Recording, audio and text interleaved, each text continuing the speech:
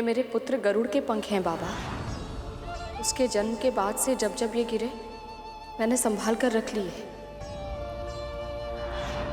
ये मुझे अपने पुत्र की स्मृति दिलाते हैं। जब भी वो मुझसे दूर होता है ना, मैं इन्हें स्पर्श करती हूँ, अपने हृदय से लगाती हूँ। इससे मुझे लगता है कि वो मेरे निकट ही है, मुझसे दूर नहीं है वो।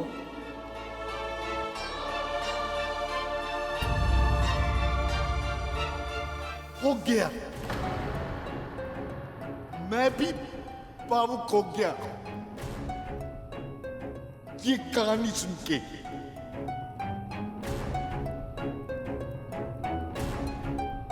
अब इन्हीं पंखों का आसन बना।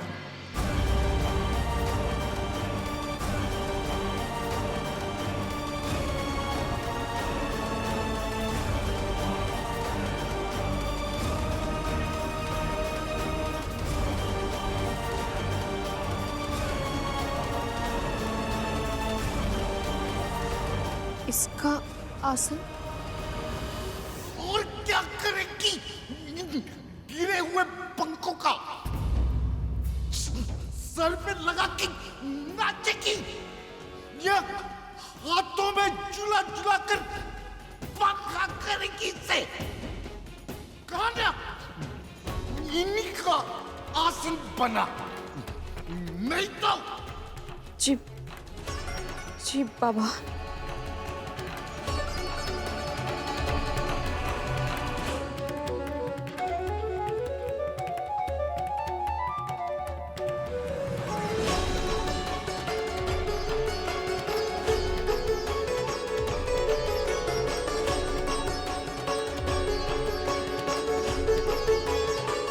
पता नहीं इस समय कहाँ होगा गरुड़ और क्या कर रहा होगा। प्रणाम माँ। कौन हो तुम और यहाँ कैसे आ गए? महर्षि कश्यप और माँ विंता का पुत्र गरुड़ हूं मैं। प्रभु के दर्शन करने के बाद मैं आपके दर्शन किए बिना रह नहीं पाया।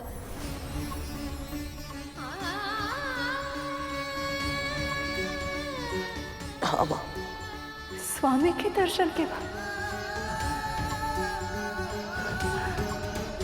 तुम उनसे भेंट करके आए हो अभी? कैसे है मेरे स्वामी? हाँ, कैसे है?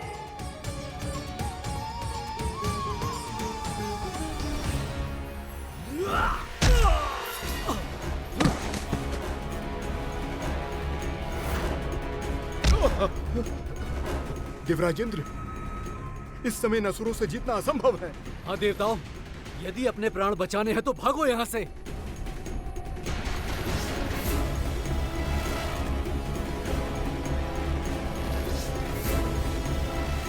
नारायण नारायण। प्रणाम स्वीकार करें मुनिवर।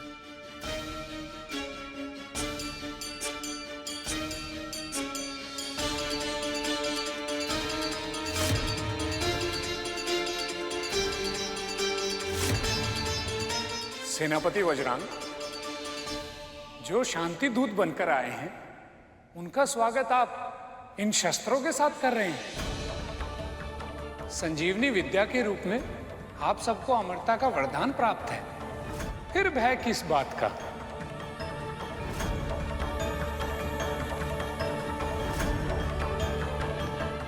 प्रणाम मुनिवर, क्षमा कीजिए। प्रवेश बदलकर, छुपकर स्वर्ग में प्रवेश करने की चेष्टा कर रहे थे ये देवता।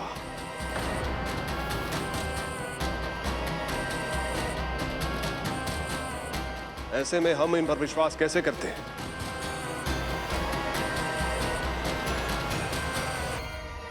और वैसे भी ये सब सदैव से छली करते आए। धोखा देने वाले बहरूपे का सत्कार नहीं किया जाता नारद। उनके लिए दंड ही उचित होता है। चाहे विरोधी ही क्यों ना हो, पूर्वाग्रह से ग्रस्त होकर बिना उनका पक्ष सुने कोई भी निर्णय लेना विवेकशील पुरुषों को शोभा नहीं देता। असुरराज, इंद्र से यहां आने का कारण तो पूछ लीजिए, फिर जैसा आपको उचित लगे दंड अवश्य दीजिएगा।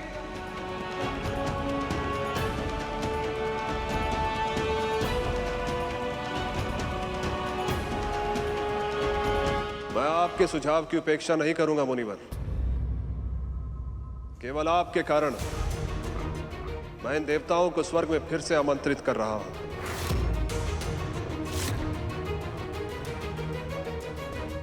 आइए आइए देवगण।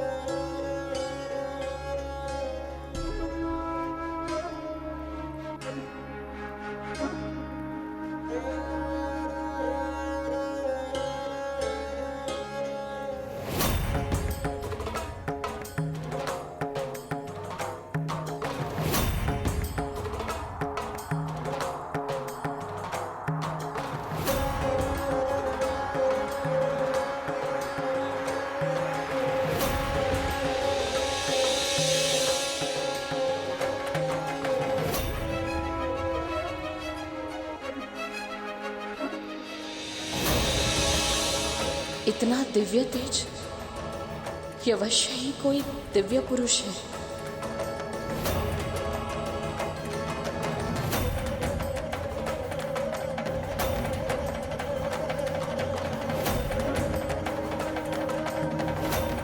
बाबा,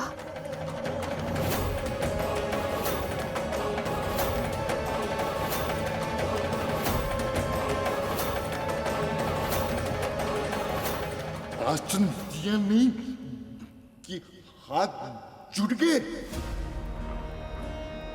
चल ठीक है, मन में कोई इच्छा है तुम मांग, मैं पूरी करूंगा। बस आपका आशीर्वाद बना रहे बाबा, और कुछ नहीं चाहिए मुझे।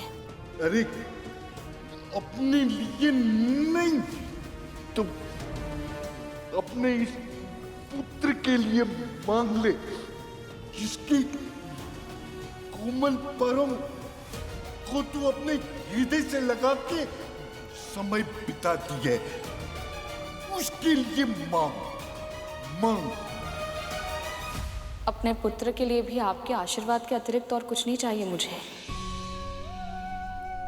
बस वो इतना श्रम करे, इतना योग्य बने कि उसकी जो भी इच्छा हो वो स्वयं अर्जित कर पाए। करेगा, खूब श्रम करेगा, अपनी सारी इच्छाएं स्वयं पूर्ण करेगा, और मुझे सब कुछ अर्जित होगा। किंतु मेरा श्वान तो स्वयं कुछ नहीं कर सकते। हमें भूखा मारेगी क्या? कुछ खाने के लिए लेके आ। जा। क्षमा कीजिए बाबा, अभी लाई। जा।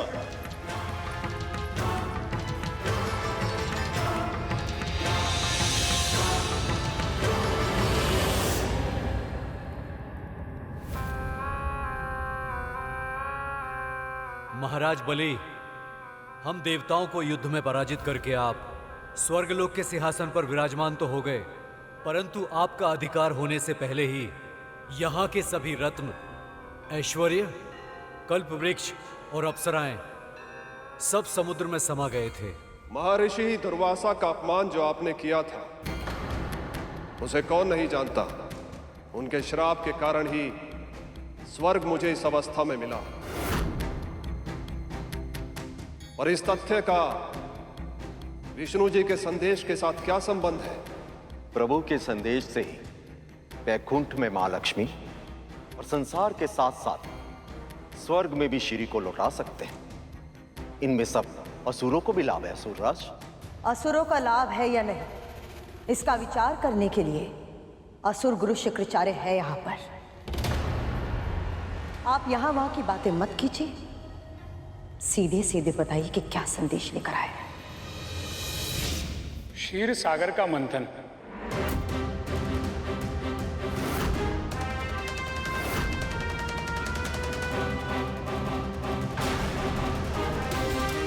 देवों और असुरों द्वारा क्षीर सागर को मथने से ही बहुमूल्य रत्नों का, ऐश्वर्य का और स्वयं श्री लक्ष्मी का आगमन फिर से इस संसार में हो सकता है।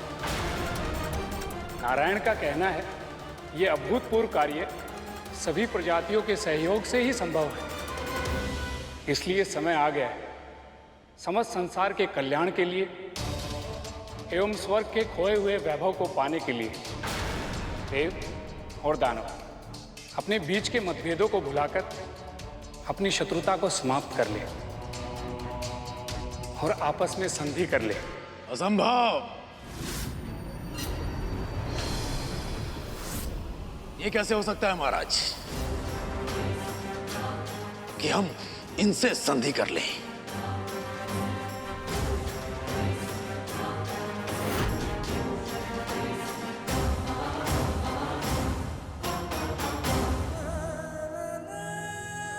क्या हो गया? तुम रो क्यों रहे हो? बताओ, कैसे है मेरे नारायण? आप अच्छी तरह से जानती है कि आपके बिना प्रभु कैसे होंगे। माँ, प्रभु निढाल हो गए हैं, निस्तेज और निस्सहाय हो गए हैं वो। माँ, आपके बिना प्रभु संसार को संचालित नहीं कर सकते।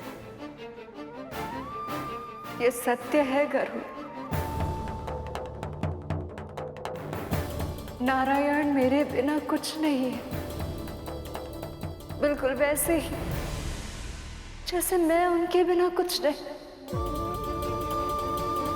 हम दोनों का अस्तित्व ही नहीं है एक दूसरे के बिना। पर माँ, ये कैसे? उठो गरुड़,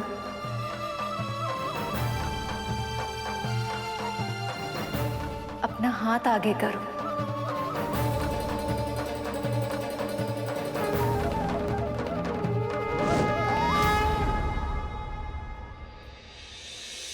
इसे तोड़ दो।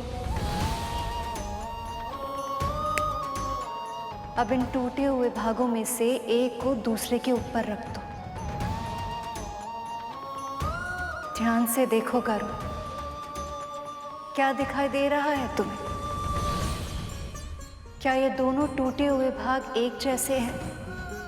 नहीं माँ, ये दोनों तो एक दूसरे से भिन्न हैं, बल्कि एक दूसरे के विपरीत है ये। अब इस टूटे हुए भाग को ऊपर से निकालकर साथ में जोड़ दो।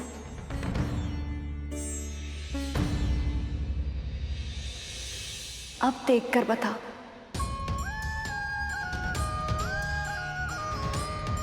ये दोनों तो अब ऐसे जुड़ गए हैं माँ, जैसे इनके बीच कभी कोई अंतर था ही नहीं।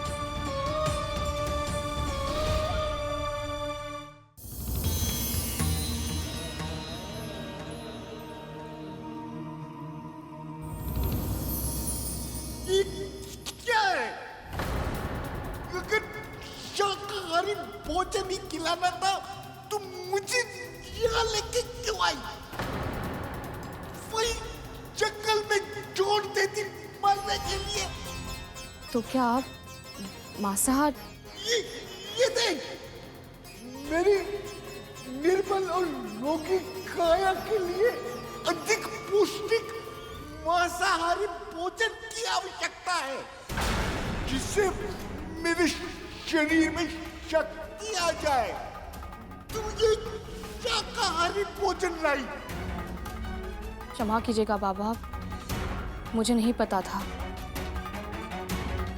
और सत्य कहूं तो आपकी आयु देखकर मुझे लगा कि क्या लगा तुझे? पूरा असहाय है, कुछ भी रूखी सूखी दूंगी तो प्रसन्न हो जाएगा। मैं तुम जैसी स्त्री को अच्छे से जानता हूं, सब कुछ जानते हुए भी अनभिज्ञ होने का स्वांग रचती है। जा, मेरे श्वान को खाना खिला।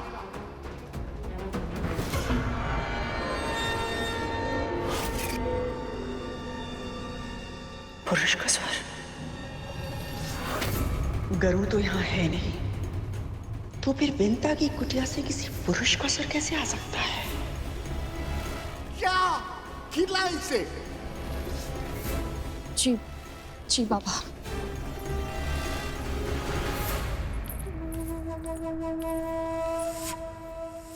कितनी दुर्गंध थी वहां।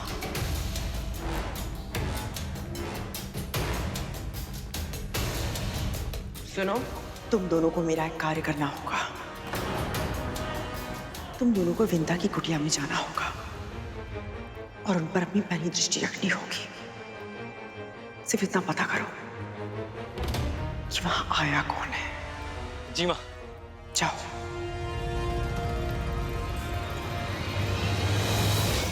स्त्री और पुरुष सिक्के के दो भाग की तरह होते, एक समान नहीं होते। जो एक की दुर्बलता होती है वो दूसरे की शक्ति होती है, और जब दूसरा दुर्बल होता है तब उसे अपने साथी के बल की आवश्यकता पड़ती है। केवल शारीरिक रूप से नहीं, मानसिक और भावनात्मक रूप से दोनों की शक्तियां और विशेषताएं भिन्न भिन्न होती हैं। जब स्त्री और पुरुष विवाह के पवित्र सूत्र में बंध जाते हैं तब वो दोनों एक दूसरे को पूरा करते हैं। वैसे ही मैं और नारायण एक दूसरे की कमियों को पूरा करते। वो अर्थ है तो मैं भाषा, वो शास्त्र है तो मैं शस्त्र हूं, वो ज्ञान है तो मैं विवेक हूं, वो स्वभाव है तो मैं सूत्र हूं। हम दोनों एक दूसरे के बिना अपूर्ण हैं।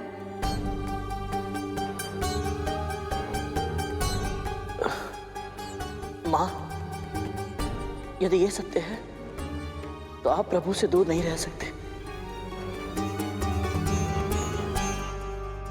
आप मेरे पीठ पर विराजमान हो जाइए माँ। मैं क्षण भर में ही आपको विष्णु लोक ले चलूंगा। फिर चाहे उसके लिए मुझे प्राण दंड ही क्यों ना मिले।